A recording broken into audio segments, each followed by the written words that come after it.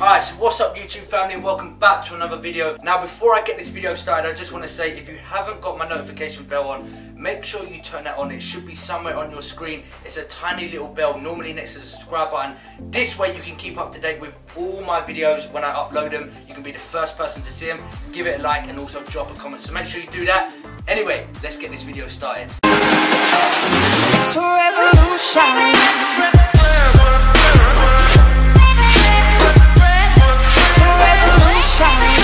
So in this video, I'm going to give you a few of my favourite tips on how to grow that bigger chest, because at the end of the day, let's not lie, we all want that bigger chest, we all want that gorilla-like chest. So I'm going to show you some of my favourite tips on how you can grow your chest and make better gains. So tip number one, first tip I want to give you guys, and it's so obvious but so many people just ignore it, and that's warming up. I see so many people that go into any exercise, not just training chest, you know, legs, back, whatever, and they just pile on the weights and they just start moving the weights. Now, it's all about warming up. You want to make sure you get the blood into the muscles, you want to warm up the joints, get everything warm.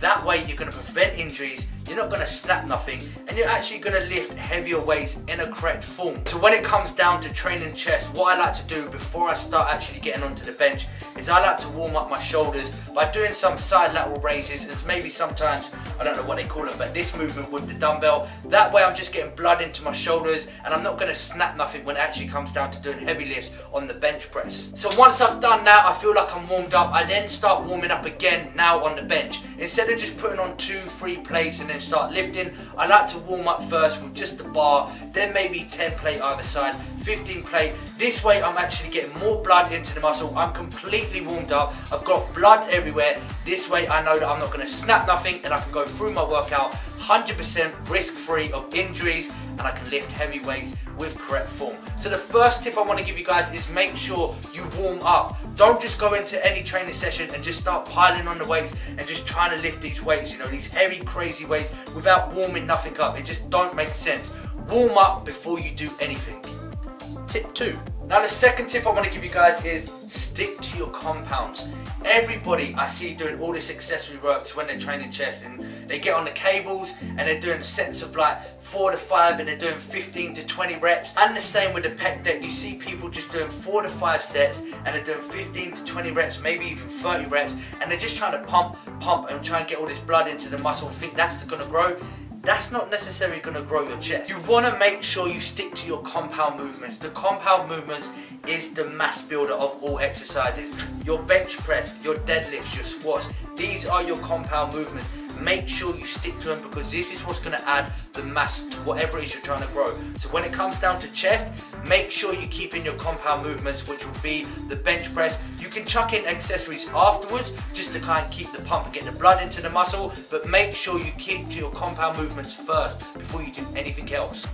Tip 3. Now tip 3 that I like to use is progressive overload. So many people just stick to the weights week after week after week after week. Now if you're doing the same weights for the same reps week after week, your body's going to adapt to it and you're just not going to grow. So we need progressive overload. So that means every single week we need to increase the weight or increase the reps. I like to mainly stick to increasing the weight more than the reps. So what you want to do guys is, let's say for example, one week you're doing 100 kg for 8 repetitions. The next week you want to make sure you're adding progressive overload by increasing that weight. Now this doesn't mean increasing your weights by 20-30 kg every single week. What I mean is you want to do it in small amounts. So you want to do 1 week where you're lifting 100 kg for 8 repetitions, then the week after you want to add on 2.5 or 5 kg for that extra rep. That is progressive overload. Increase your weights slowly every single week. The problem I see with so many people is they think progressive overload is just jumping the weights, you know, from like 100 kg to 120 or 120 to 130, etc, etc, and they're increasing the weights too much too quickly. Everything works in slow progress. You want to make sure you add on the weight in small amounts, slowly at a time. This is going to actually add progressive overload. You got to understand, if you're doing 100 kg 1 week for 8 repetitions and you put 2.5 either side, that's 105 kg the following week for 8, maybe 10 repetitions. That is progressive overload. Then you increase that from 2.5 to 5 kg.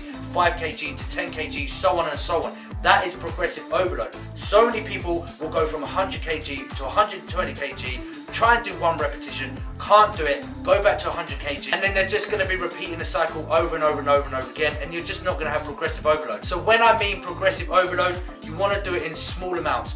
2.5, 5 kg, 10 kg, so on and so on and so on. You may not even have to do that. You might want to do 2.5, 5 kg, and then put another 2.5, which is 7.5, then go to 10 kg, then go to 12.5 kg, all in small amounts. This is going to be still adding progressive overload. This is what's going to help you grow that bigger chest. Tip 4. Tip 4 kind of goes in with tip 3, and that was about rushing. So many people just try and rush, and rushing is just going to cause injuries. And if you have an injury, you're out for 6 weeks. If you're out for 6 weeks, you're not going to make any gains. Simple as that. Whatever you're doing, try not to rush yourself. Don't try and wish for it overnight. This takes time. This is not a sprint, this is a marathon. You want to make sure your progress is done in small steps. This way you're actually going to keep growing week after week. You're going to recover better. You're going to have no injuries. And like I said, if you have no injuries, you're still in a gym, you're still training, you're still making gains. So try not to rush everything. This will just cause injuries. Take your time with everything. And also note it down. If you note everything down, you'll notice that you are making the gains still, even if it is in small steps. Now, so many people will think, oh, I've only just increased my weight by 2.5 or 5 kg. That is still progression. Don't beat yourself up because you're making small steps. Small steps is what leads to bigger steps.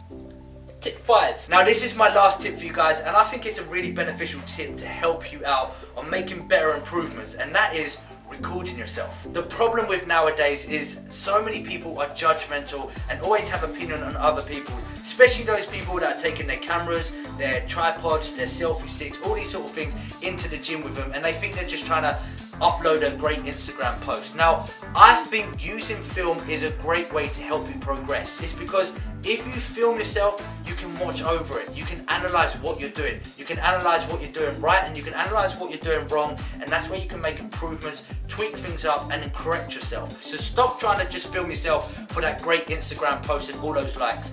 Actually film yourself, and when you get home, analyze the footage. Look back at it, look at what you're doing wrong, or look at what you're doing right, and make improvements from there. You know, you can always correct yourself if you watch back on the footage and look at what you're doing. Alright guys, so that's pretty much it for this video. A few of my favorite tips on how to grow a bigger chest. If you think there's anything else that you can suggest, leave a comment down below. Also, if you have any questions or you want to see a video from me, leave a comment down below. I'll read them and I'll get a video up for you guys as soon as possible. If you did enjoy this video, if it did help you out, you know how it goes. Give it a big thumbs up for me. I do appreciate it so much. Also, if you are new to the YouTube channel, subscribe. Don't forget to turn that notification bell on, and I'll see you guys on the next one. Stay safe. Make it happen. Peace! Woke up and just felt right. Phone blown like a tailpipe. Today's schedule airtight. I turn a short day into a long night. See you soon if you got the heart. Meet you outside Rennie Park. Hurry up if it's getting dark. We won't say much and that says a lot. Hop into that old Benz. Drive through that road ends. Good time with some old friends.